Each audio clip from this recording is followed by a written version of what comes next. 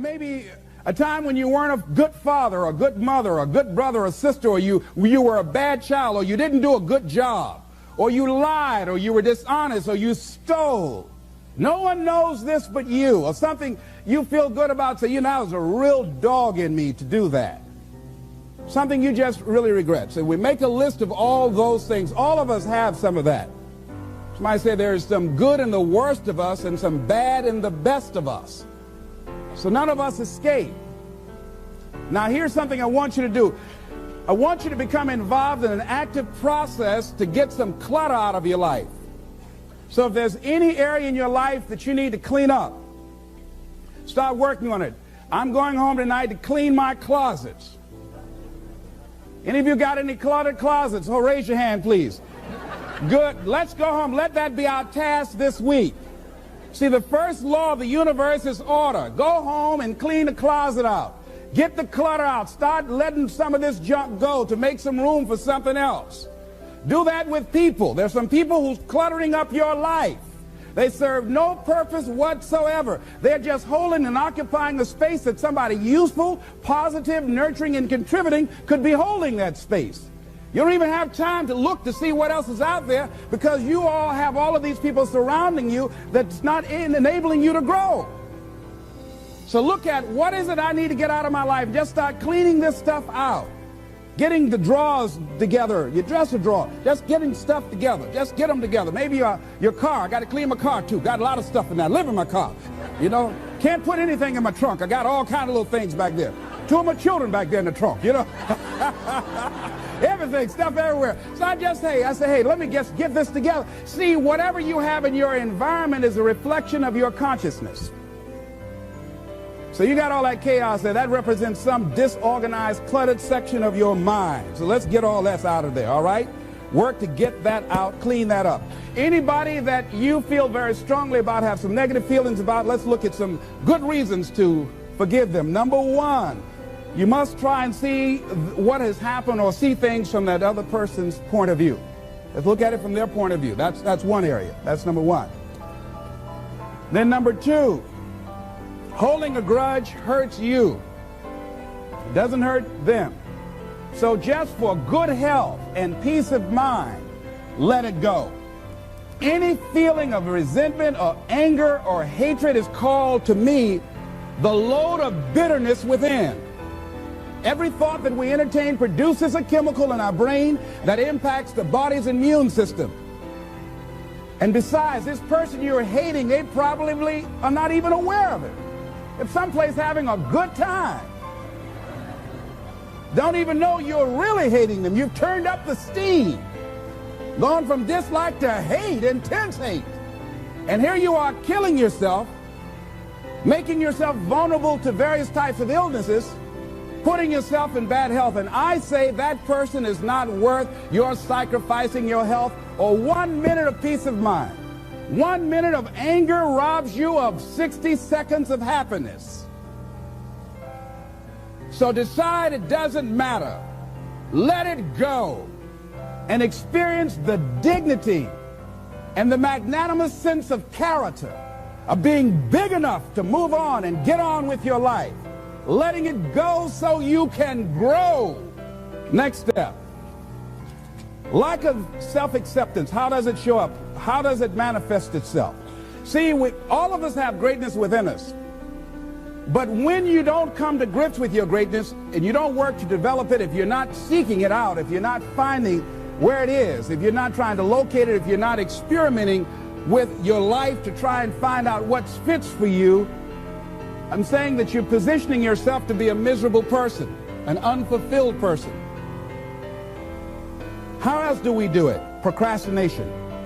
We just put things off over and over and over again. Why? Because we haven't accepted it. We don't feel deserving. We don't feel that we're good enough. So we sabotage ourselves by not ever taking care of business. We get real busy doing a lot of things where we don't have any time. Well, I'll never forget Og Mandino in the book called University of Success. He said many of us never ever discover our greatness because we become sidetracked by secondary activity. We start doing so many things, we just give our time away until we don't have any time for ourselves or any time to do the things that we want to do. And every time you put it off and move it back, oh, I'll do it one day. Oh, yeah, I'm going to get to it. I'm saying to you that one day you look around and there goes a year, there goes 2 years, there goes 3 years. So if there's something you want to do it now. Do it right now. Don't put it off. Start right now where you are. There will never be a perfect, ideal time. Whatever you have going for you right now, that's enough. Work on that idea. Work on it, work on it, work on it. Another way in which it shows up, and that is that because of the relationships we form, people we have around us. Thinking about two guys. Larry Littles, he went to Bethune-Cookman College. He was a football player at Booker T. Washington High School, where I graduated from. Larry ended up playing for the Miami Dolphins, became an all-star offensive guard. Great guy. Larry really wasn't the most talented guy in that position at Booker T. Washington High School. There was a guy named Willie Covington that was far more talented. He was stronger physically. He was faster. But Willie Covington never, ever made it out of high school. Why, Les? He started running with the wrong crowd. Big Cub is what we called him. Started running with the wrong crowd, and those people led him to the penitentiary. And ultimately to a premature death. Got the word a few months ago he was shot and killed in Liberty City on 62nd Street, where I was born on the floor, my twin brother and me. Willie Covington had great talent, great potential, running with the wrong crowd. Watch out with the relationships you have. What kind of person are you becoming because of the relationships that you have right now? Do those people contribute to you? Do they help you grow and develop yourself? What kind of person are you becoming? People who have not accepted greatness for themselves, these people don't study, ladies and gentlemen. These people don't study. They don't have time for personal growth and development. They don't have time to work on their minds. No, they don't have time for that. Too busy for that. People can affect us. Our peers can affect us. Our environment can affect us. Just working consciously to overcome the poverty consciousness that I was raised in. The feeling constantly of saying, Les Brown, you deserve this. There's no need for you to be afraid. It's not too good to be true. It's true because you've earned it. The old-fashioned way, you have worked for it. But every once in a while, it comes up when I least expect it. My heart starts beating fast. And I start questioning myself and doubting myself. And I have to catch myself. You've got to be consciously conscious. So let's look at how we can begin to evaluate our self-esteem, our self-approval. Number one, to determine the height of your self-approval, it's important that you evaluate yourself, because you know you quite well, but it's almost impossible to do it totally by yourself. You must get some caring feedback. Find somebody close enough to you that has observed you or been around you that you value their opinion, and ask them, how do they see you? How do they rate you in terms of your self-esteem? And then compare what you have with what they say.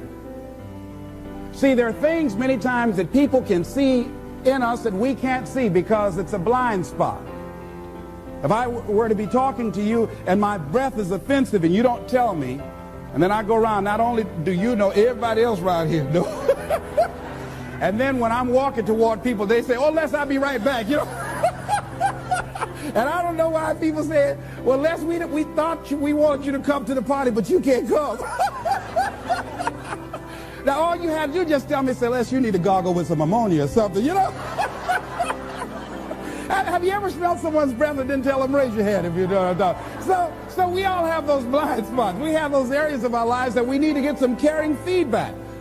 We need some coaching. We need someone to let us know that. And now, why don't people just volunteer that? One, they don't want to hurt your feelings. One, they don't want to embarrass you. But see, there are some people you know they don't want to hear it. They're going to argue with you. They're going to become defensive. If you're one of those people, just decide to shut up and listen. Next thing is, a good barometer to check out how you feel about yourself is how well you handle compliments. When someone pays you a compliment, can you handle it well? Lady was coming down the hall. They said, oh, what a beautiful dress you have. Oh, it's nothing. I caught it on sale. Nothing. No, I didn't ask you, did you get that on sale? I just said, it's a beautiful dress. Can you handle compliments well? That's a good barometer about your self-esteem. Can you handle criticism well? Can you give criticism? Next thing is, what are your expectations? What do you expect to get from life? What do you expect to get from your business? What do you expect to get from your relationships? What is your ideal day? What is it that you expect from this experience, this trip, this journey that you're involved in? People that have a strong sense of self-approval, they have high expectations for themselves and from life and from others.